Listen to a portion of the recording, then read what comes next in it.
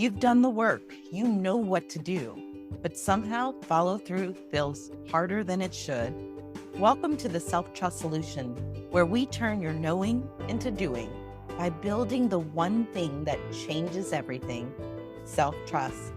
I'm your host, Dawn Leday, and I'll show you how to stop spinning and start executing with clarity, confidence, and consistency.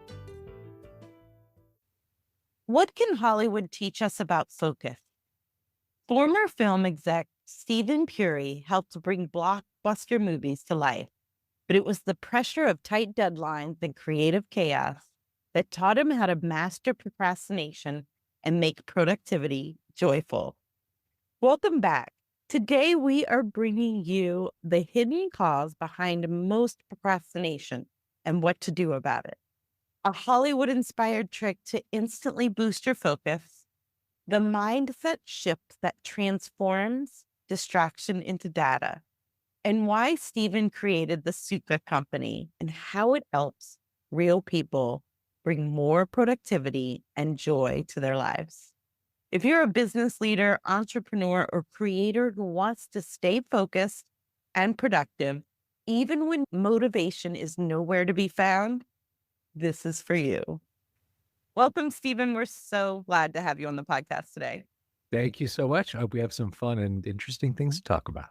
I am certain we will, because you have seen firsthand your experience in film and TV production. You've seen how procrastination, distraction, and follow through is challenging. Do you have any key strategies from that world of TV and film production that maybe entrepreneurs and business leaders can apply to their own work today? Yes, and I'll tell you, not only do I have lessons from the old world of film, but I also have very personal sort of like learnings, because what you mentioned, procrastination, I am definitely a procrastinator. And I had to develop tools around that. And some of those were developed by watching like writers I worked with that were at the top of their game, certain directors, people that were very high achieving. How do they deal with this? And one of the things I noticed in digging down with them was that if you do that thing of asking why and why and why, you get down that procrastination is very often a feeling of overwhelm, something you don't know how to overcome. So it's easy to say, very personal story, working remotely, working from home. Sometimes in the morning, I have that urge to well, I'll just throw in a load of laundry because I know I have to do it. Or I didn't do the dishes from last night. And it's like a 5-minute stall, that 10-minute stall of I'm going to get going, but I'll get this off done first. And one of the things I noticed was that the writers I worked with that maybe had huge tasks to do. Oh, I need to go write the next Marvel movie, right? Oh, Brad Pitt wants to do a period drama about, horse racing. I need to go write that, right? One of the things that they did was they countered that feeling of overwhelm, and they had techniques to do it. So sometimes overwhelm is the first thing on your task list, on your to-do list, whatever you want to call it, is just massive. It's like, write the script, write my book thing. And there's no way you're going to accomplish that in a bite. And the ability to break that down and say, you know what, this morning in an hour, I could outline chapter 1, or I could write the character Bible for this one character in the TV series. And that helped get over the overwhelm, as well as limiting the number of things that you're going to realistically do, because we all have 60 things we should be doing. We've promised we would do. We're obligated to get done for someone, right? But the reality is you're going to do 3. And when you tell yourself, well, these 17 things would be great to get done today, you actually are going to get fewer. There's research on this. You're going to get fewer done. If you say, I'm going to do 3, you might do 3. If you say, I'm going to do 7, you might get 2 done, because that feeling of inertia. So those are some interesting things that I saw there to get over procrastination, which is, dealing with the sense of overwhelm, breaking tasks down into smaller pieces, and being able to say, okay, you know what? This is all I'm going to get done, and be reasonable with yourself. Fair? Absolutely. Yes. I mean, here's the truth. It can be overwhelmed. That definitely is one. And the strategy to break it down and to create what I call a minimum baseline. So maybe 3 is your minimum baseline. Start there and then build from it and grow. But it's not always overwhelmed. Some of the time, it's a different flavor of discomfort, if you will. Right. It can be boredom. It can be just a sheer lack of desire. And when we can build in strategies to accommodate for that, you don't have to want to write a chapter to do it. Mhm. That's the truth. Want isn't actually required to do something. But if we want the end result, which is to have the script written, Mhm. we have to tap into that and then support ourselves in moving through whatever flavor of discomfort it is, whether it is overwhelm or boredom or lack of desire or excitement. Even excitement, as fun as it sounds, sometimes can be a roadblock for us if we don't know how to move through it intentionally. This is true. There are also some mental tricks that I noticed to get over that hump because you're right. Sometimes maybe you're sick of the TV series you're working on, but the episode still has to get written. And you're like, I don't know what Jerry does in this episode. He goes to jail. Did we do that already? Um, one of the things I noticed, and I saw this a little more on the feature side, because feature is a more long term, like we're going to spend a year doing this, not like we have 7 days to get this episode out, is I saw this a couple times, was your mental hacks to teach your mind that you're in the mode to do the thing you need to do. For example, space. There are a number of writers I worked with that had very specific concepts of I train my brain that when I'm in this room in my house or when I'm in this temporal space, like this 6 to 9 in the morning, and you have to know kind of your chronotype, when do you do certain kinds of work best when it's your energy there. But to do that, I'll give you two examples, which is when I was working with the director producer Roland and Dean. They were going off to write Independence Day, and they had on their previous movies this house they rented in Puerto Vallarta, this beautiful house they rented, where they said the light comes in from this side and the pool and the thing, and it just inspires us to like we have to go do something great, right? So they had their assistant call to rent this house. It was rented, or it was like an Airbnb, and it was rented by someone else. And this was like hue and cry on a Friday afternoon, going, "Oh my God, the world is ending. We can't get this space that creatively they had trained themselves to write in." And Roland called his attorney, John Deemer. It was like, buy the house.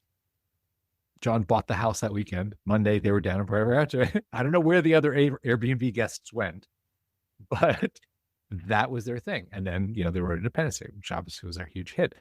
On a smaller scale, two writers I worked with at DreamWorks who wrote like Star Trek 11, Transformers 1 and 2, a bunch of books, Eagle Eye. Um, they had met in college as like scrappy, like kids who want to be in movies, right? And had gone on to write Alias and a whole bunch of stuff. But they still had ingrained in them that sense of like almost like writing in a dorm room. So they had this room at the Universal Hilton, which is not one of the premium hotels in Los Angeles. I'm just going to say this is not the Beverly Hills Hotel with bungalows by the pool. They had this like little suite, the little two-bedroom suite at the Universal Hilton. And that's what they would rent. And they would just go over there and hide out because it felt like they were back in the dorms and like writing their thing. So wherever it is for you, I think that's a great thing to do. I made a mistake early on working from home, which was work from anywhere. Oh, you know what? I'm going to be on the sofa because later we're going to do this thing. So I sort of turned the living room into a workspace, or I'd be in the kitchen after breakfast and pull out my laptop and start working on the kitchen table. And it really fought that need to say, oh, I'm in this space. This is where I do this thing. And now I've been very restrictive about like, I'm not working at the kitchen table. I'm not working on the sofa. Those are for separate things. I don't work from bed, you know? So it's another just mental hack of like telling your brain, oh, in this period of time or in this physical space, this is where we do this thing. And then when you enter it, it's 6 a.m., you're in your office, your brain sort of kicks in. Yeah. I love that. It aligns with what I call comfort plans. It's like setting yourself up for success. Mhm. It's all going to be uncomfortable. That's the truth. It's all going to be uncomfortable, but our default comforts are usually distractions, no matter how amazing they are. We have default comforts of going to exercise. We have default comforts of taking a walk, of Totally. stepping away, of scrolling social media.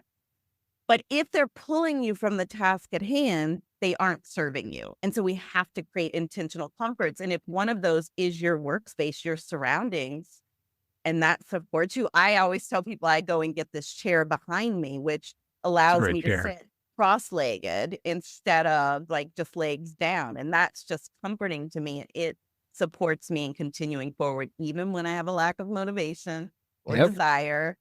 So I love that. I think you're intentionally creating spaces that support your productivity is Brilliant. Yeah. And space and time. I'll tell you this. Ron Bass, who's like a huge screenwriter, he's written a number of movies you and I've seen. He would not talk to his family in the morning.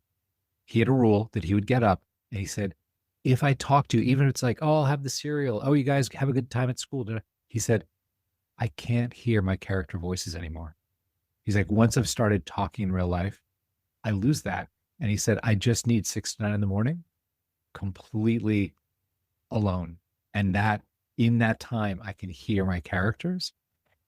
And he was an incredibly productive guy. 3 hours a day, wrote a number of studio movies. So it's time as well as space. It's space and Yes. time. Yeah. And that actually brings up a great point, because when you're talking about filmmaking, deadlines are pretty non-negotiable, right? That movie will come out. That show will air Tuesday at 8. That thing's around the air. You don't have anything? It's going to be probably yes. It's really true. So for people who don't have those sort of non-negotiable decisions, when those decisions Mhm. aren't being made for us, what are some practical ways to create a structure that encourages action? Okay. I love that you asked that. And I'm going to talk about time boxing, but in a way maybe that you haven't thought about it. I hope I this love is it. a new way of thinking about it, which is it is true what you said in entertainment because things have release dates. There is a natural end. That thing will air, the movie will be in theaters, right? This is going to happen. Now, what's curious about that, because yeah, writers are notorious for procrastinating. They have a writing period for this draft of 8 weeks or 10 weeks, notes for 2 weeks, and all this like time budget of the Writers Guild is like, these are the amount of days necessary to do the thing you want, right? So they have all this time that is negotiated by their guild. But yes, if you ask writers like, so when did you write most of that? Yeah, the last like 8 days, I kind of like banged the whole thing out, right? The rest was, research. I was thinking. So Mhm. what's curious here is there are so many smart people who spoke about time boxing. I know, Cal Newport has written some beautiful stuff about it.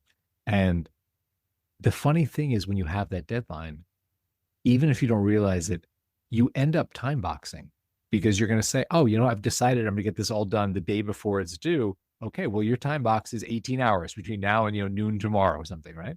So once you sort of acknowledge to yourself, like, well, my procrastination is really just teaching me that I'm good when I know that things have to be done.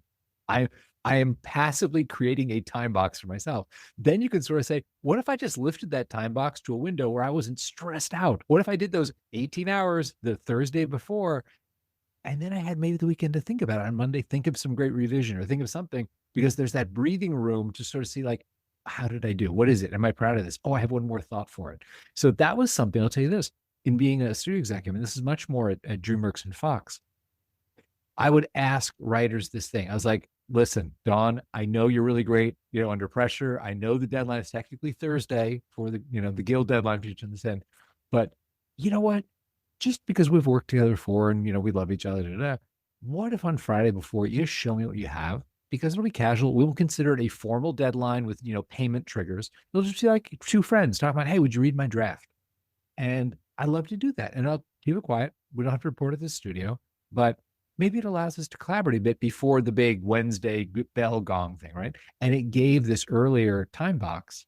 So there was that little bit of breathing room where Dawn could be like, I did give Puri the draft for the week. I so many things.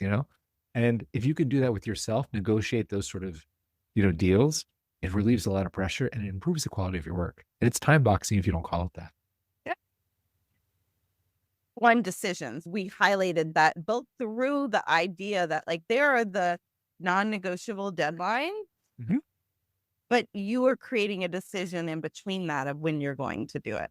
Yes. And that's so powerful because much like what you just said, there's so often we don't see our strengths. And that's why I usually shun the label of procrastinator, because it actually is a skill you have.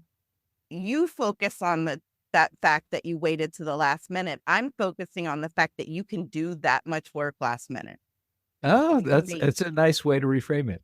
And if you realize that, you realize it's choice and you celebrate yourself for that capability, then maybe you want to play with. What if we did those 18 hours, 2 hours a week over 9 Right? weeks? what would really work for me? What if I like my genius is 3 hours at a time? And so I do that over 6 days, 3 hours. Could you go back and tell that to 15-year-old me? That would be really awesome. Or me. I mean, these are lessons from adulthood and coaching a lot of people. And it's again, like we sort of said offline, rarely do we learn from doing things right. We learn so much for Yes. not doing it. And so, yes, I have a lot of experience of doing it wrong, which led to this awareness of how we do put ourselves down and focus on the flaw of it. And if we look at all these flaws that we think we have, they're actually highlighting some pretty amazing strengths that if we just gave it a little more airtime would mean huge difference in the way that we Yeah, achieve and what we're willing to go after. totally agree with you. Okay, so Yes. creativity and focus can Mhm. sometimes feel at odds. So, in an industry where creative people need to stay on task, can you tell us how successful teams and individuals kind of balance deep focus, which is something you specialize in, Mhm. with creative freedom? Something I'm asked to talk about frequently is remote or hybrid work, right? Because Mm. definitely I've spent a lot of time both doing it myself, leading teams that do it, talking about it. I built an entire platform to help people do that. But the thing that I believe is that there's actually a very continuous spectrum between, in office or in person, let's call it, because it could be anywhere, to remote, to hybrid to remote. And the tug of war, this whole binary thing of like, everyone, thou shalt be in the office by these hours and badge in, or, you're fired, sort of thing. Maybe not super taking advantage of the things we learned during the pandemic, where a lot of companies had to develop remote tools. Some of them were said, oh, you know what, for certain kinds of focus work, deep work, absolutely go find that place that allows you to do 6 hours of work in three, right? But I will tell you this, as someone who has managed creative processes, I've never had remotely the same level of collaboration, of creative collaboration, as I've had in person. And there could be many reasons for that. I don't know what it is. Or maybe it's just because I grew up in an era where you did see people in real life that it feels more natural to do that. But whether you are in a writer's room or by a whiteboard or whatever, and it's just like, Don, what should happen next? No, no, no. Well, remember, he did find this thing in the first act is probably a good place for him to remember he has in the third, like that sort of thing. So much more of that happens when you have that weird vibe in the room. And I'll give you an example. Like I do yoga. I met my wife in yoga. It is a daily practice for me. I know I could practice yoga alone in my living room. It is entirely possible. My dad does, right? But I drive to a yoga class because there's something about being in that vibe, that energy of being around other people that's appropriate. Would I go do deep work around, 30 people in a yoga class? Probably not. But one of the members of my community said this to me. She was talking about that sense of like, there's something that happens in community. And she said, I could go to the Nike store and buy a pair of shoes. They'd sell me a left shoe and a right shoe. I go run. She's about 100 million people belong to the Nike Run Club for a reason. Is that when you are part of a group of people, there is an energy. It helps you run faster, run further. The days you're dragging, someone's like, come on, Don, let's do this. And the days that someone else is dragging, you can be there for them. And that was very much an inspiration for the platform that I built, this sense of community. It was that like, let's do this together. So to return this to this deep focus versus creativity, Mm. yeah, I'm not here to preach that everything should be remote. There are some things that absolutely are better in person, in my experience, and there's a lot of research behind this, of course.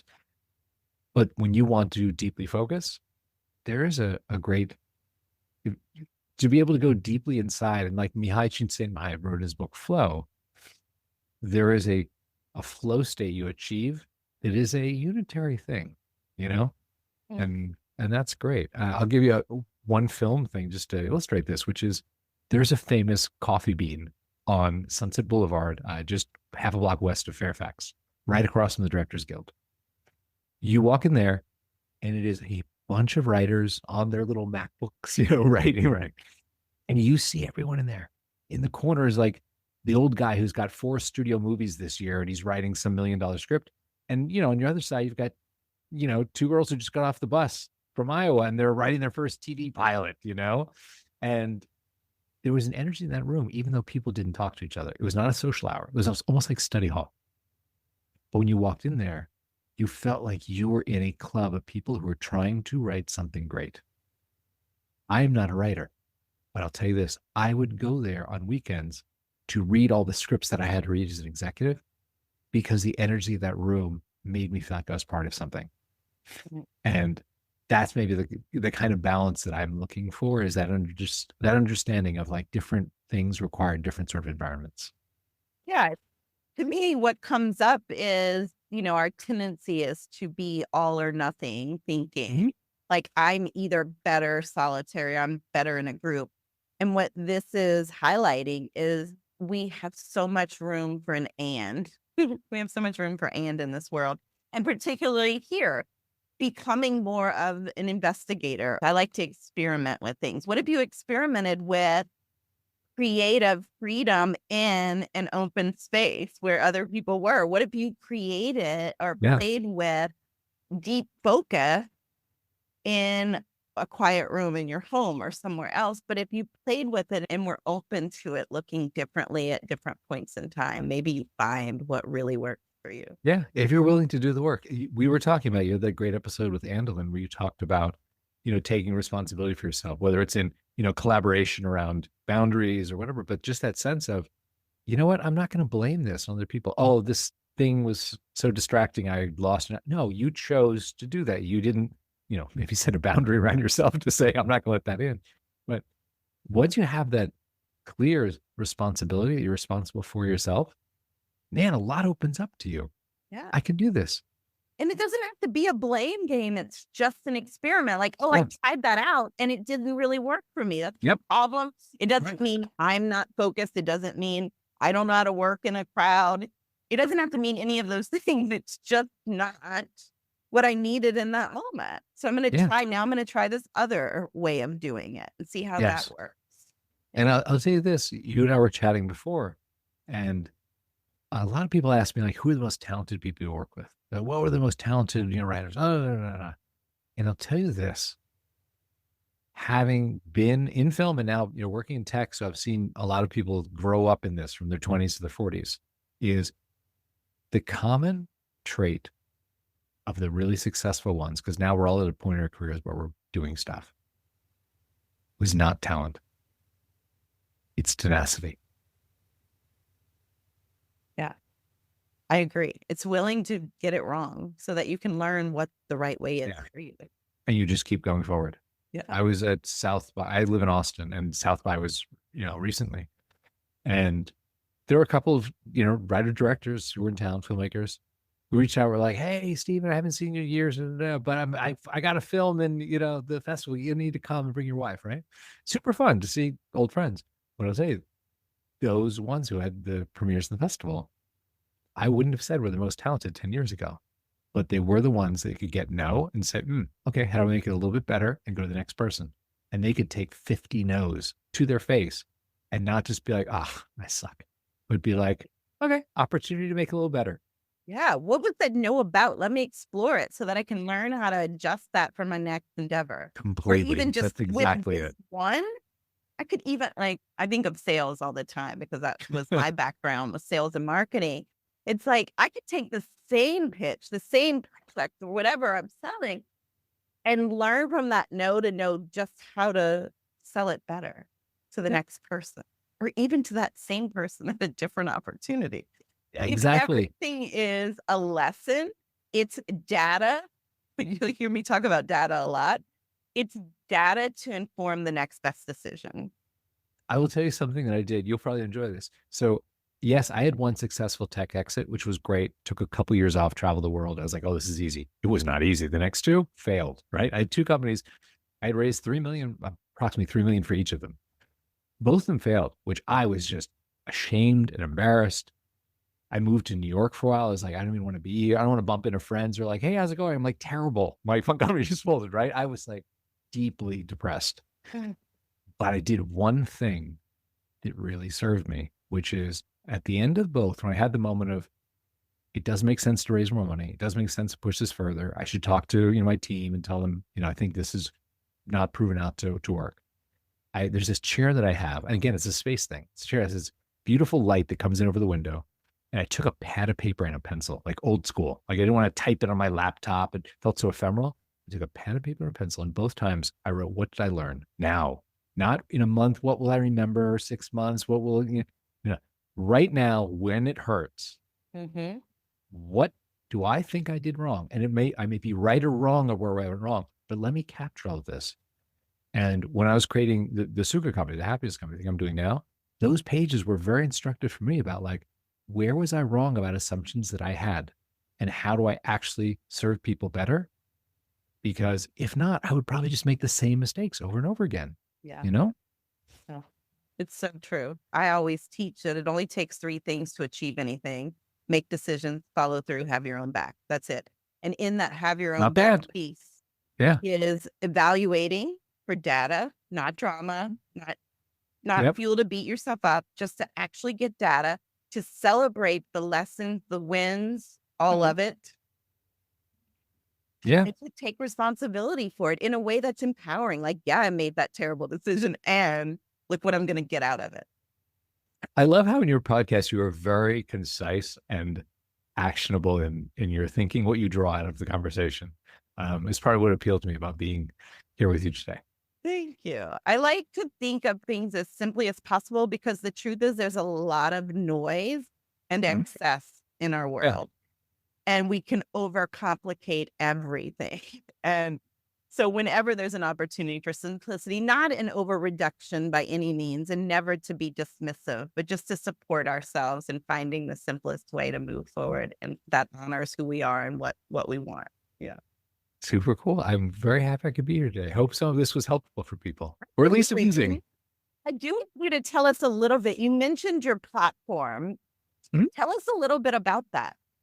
Oh, super simple. As I mentioned at the top, and I know you said don't call yourself a procrastinator, but I know I have instincts to procrastinate. We can call that whatever we want on it, but Yeah. I'm just going to say I definitely saw the patterns in myself of I am going to not achieve what I need to do today or in my life if I don't find the tools to help me, right? And I don't think I have unique problems. I think everyone I know has the same problems, right? So I read the books by all the smart people. I'm like, people have solved this before. And I'm going to be very blunt with you. You were very, as I mentioned, concise and prescriptive in what you draw out of these things, right? If you read the top 10 books on productivity, the smart ones that are well written, right? They all boil down to about the same 5 or 6 key concepts. They have their own lexicon. They have their name for the thing that they want you to do, da, da, da, and they have their own fun examples and research that they footnote. Da, da. But the bottom line is, it boils down to those same things.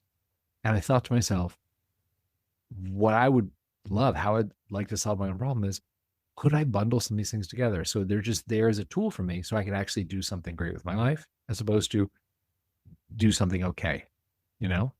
And so I built a lot of this is based around Mihai Csikszentmihalyi's work on flow, Mm. where he describes flow states. And he said, there seem to be some conditions precedent that help you get into that deep concentrated mode where you do work really quickly. You just like bang through stuff and you look up, you're like, wow, 2 hours went by. I'm kind of done. Like I didn't Mhm. go to the kitchen for a snack and I didn't, look up or I check my Instagram. But what happened? So, music is one of those.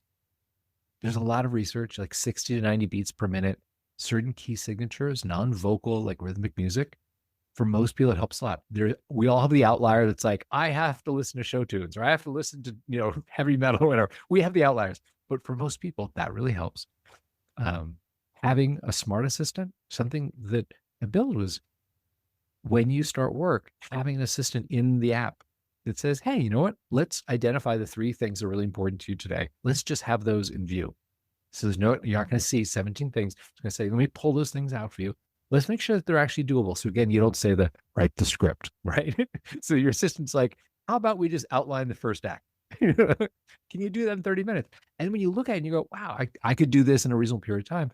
The assistant puts on music for you, tracks, your work, nudges you if you open up Instagram or Facebook or something in the middle of work and be like, do you really need to be there? Is that a choice you want to make in your life? Are you having agency in your own life? Are you taking responsibility for yourself? So that's what we kind of built. And I'll tell you how I named the company, and I'll make this somewhat concise. So Laura and I got married like 2 years ago. Went to Bali, very grateful that we could go on our honeymoon there, and pretty remote. And everyone I worked with was like, don't bother Puri, right? He's on his honeymoon. Like, let him have a moment with no questions about like, do we need to order staplers? Can you send us, So I'm there and I was talking to Laura. I was like, I have to come up with the right name for this company. And I don't want to call it like Focus App 14 or, Group Focus or some awful descriptive name. I said, but I'm kind of lost. What if I talk to a couple of our early power members that just use this all the time? Like, one of my favorite metrics is we have 96% month-over-month retention because the people who find us go, this is fantastic. And we just keep making it better every month. So I was thinking, I think this week we're just going to do yoga and probably eat well and hang out by the pool. It might be a great time for my unconscious mind to bubble up something interesting. So I was going to feed that by talking to a couple members and say, why do you come to our platform? What is it in it for you? And maybe that's good, like raw ingredients. So I talked to a couple people. It was okay. And I talked to this one guy that afternoon who shall remain nameless, but he's still on the platform. And I talked to him every now and then. And I said, about 8 minutes of stupid questions. Hey, what's your favorite feature? Oh, thanks for talking to me. At the end of that, I was like, well, like, this is really great. I promise you will only speak for 10 minutes. We're done. Thanks. And he said, Steven, you didn't ask me the right question. I was like, oh, okay. What was the right question? He's like, ask me why I pay you. And I was like, I wouldn't have been that blunt, but okay, yeah. Why do you pay me? He said, at 3:00, I could be playing with my kids, or at 6:00, I can be like, where did the day go? The difference is, did I open the Sukha in the morning? And I was like, oh, so you pay me because he's like, yeah, I have a 2 and a 4-year-old and I want to be there for them. And I know I will naturally drag things out to the end of the day, but it sure feels really nice to be there and see them grow up at 3:00. And I was like, thank you. And I was talking to Laura over dinner. I said, I talked to one guy today who said this thing where I was like, whoa, I've never articulated what we do this way. And she said, we hear that in yoga all the time. I'm like, what? She's like, Sukha. It's that feeling of happiness, of self-fulfilled happiness. She's like, that's actually what you do. So I was like, great, we're going to call it the Happiness Company. So we call it the Sukha Company. Some people know what it means. Some people don't. But that's why I do what I do, is we help. Maybe the productivity tools are just the path to get to that feeling of like, oh, it's 3:00. I got my work done. I feel great. I think it's such a good representation. What your app does, which is so beautiful, is we are all going to be productive. No matter how you judge yourself or not, you are a productive human. The difference is, do you feel exhausted and drained by your productivity, or do you feel fueled and filled by it? Do you have that satisfaction feeling of tired? They're two different things. Yeah, And no, it that's if you're it. listening to That this, is right? exactly it. Yes. Yeah. What you said. And that's what you're doing. You're like, you're going to be productive anyway. Let's do it in a way that is life-giving instead of draining. Thank you for seeing that. So good. Well, okay. So one final question. Something we have to congratulate you here on the show. You're having your first child. Yes, it has definitely inspired me this year to like share things I learned and try and like do something meaningful. So we have a son that is coming in November. It's my first child and super excited. Congratulations. Amazing. So you're going to be thinking about things that you can pass down and sort of what you've represented in this life, what you have built and learned. Yeah, Continue to learn, because this is, let's be honest. it's right. Work in progress. Yes. Yeah. No, you are speaking my heart on a lot of why I'm proud to work on the Sukha. Is there is no amount of my child that's going to look at Wolverine 2 or Die Hard 5 or something and be like, oh my God, you changed the world, Dad, And, maybe it's a fun anecdote. Yeah. But what I'm doing now, I actually feel like, and I don't even collect a salary. I do this for free right now, but it's just, I feel like what I'm doing is probably the thing that I'll tell my kids that I did with my life. So meaningful. Yeah. So what would be one principle, let's just say as of today, whether it's about focus, productivity, or success, what's one thing you would want to pass down to our listeners today? The one thing I would pass down, it's actually echoing what Andalyn said in hers, because I think that you can apply throughout your life, which is you take responsibility for yourself And once you do that, you will start to make decisions differently. And whether that decision is, I'm going to decide to get my work done by 3 instead of 6, whether that decision is, I need to be in this career, not that career. But there is no blame outside of yourself. Like, external events are not to blame. You take responsibility. And she articulated it. I encourage everyone to listen to that episode. Yeah, so good. It's so true, right? No matter what we believe, if we choose to operate as a victim of our circumstances versus Yeah. being in charge of our choices, it just feels better even saying it. Yeah. Yeah. I get to decide how I move forward. The circumstances happen. Hard Yeah. happen, difficult happens. And when it does, the power we hold is in how we choose to honor ourselves through it, take care of ourselves, and show up in the way that is in line with who we want to be and what we want to pass down in this world, whether it's to our children, to our students. So Yes. thank you so much for being here today. Thank you for having me. I hope this was helpful, or, somehow. Well, it was a great conversation for me. I know our listeners will get a lot of it out of it as well. That was great. Thank you, Don. What will you take away from today's episode?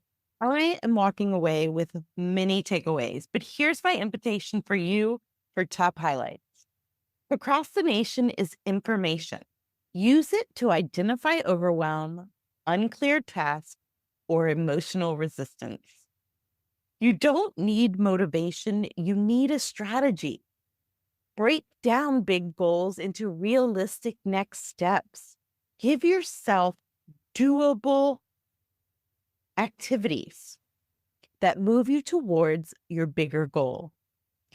Create a space and time that signals focus to your brain. Environment matters more than we think. Community fuels follow through. You don't have to work alone to get things done. And you can feed off the energy of a productive space. And finally, ask, am I creating productivity that fuels me or drains me? The answer just might change how you work. If you want to learn more about the Sukha Company and Steven and how to create a life-giving relationship with productivity, head to sukha.co to explore tools that help you work with your brain instead of against it. And don't forget to tag this episode if it resonated with you. We'd love to hear your biggest takeaway. So comment and share what you love about this conversation. We'll have Steven's information in the show notes, so be sure to check that out as well. Thanks for tuning in. I love that you join me each week. And remember, your next level doesn't need a new you, just more trust in the one you already are. See you next time on the Self-Trust Solution Podcast. Inside every goal is a decision, an action, an evaluation, and an adjustment. Keep building your rhythm with the Self-Trust Solution. Subscribe, leave a review, and explore how we can work together at theselftrustcoach.com. I'll see you in the next episode.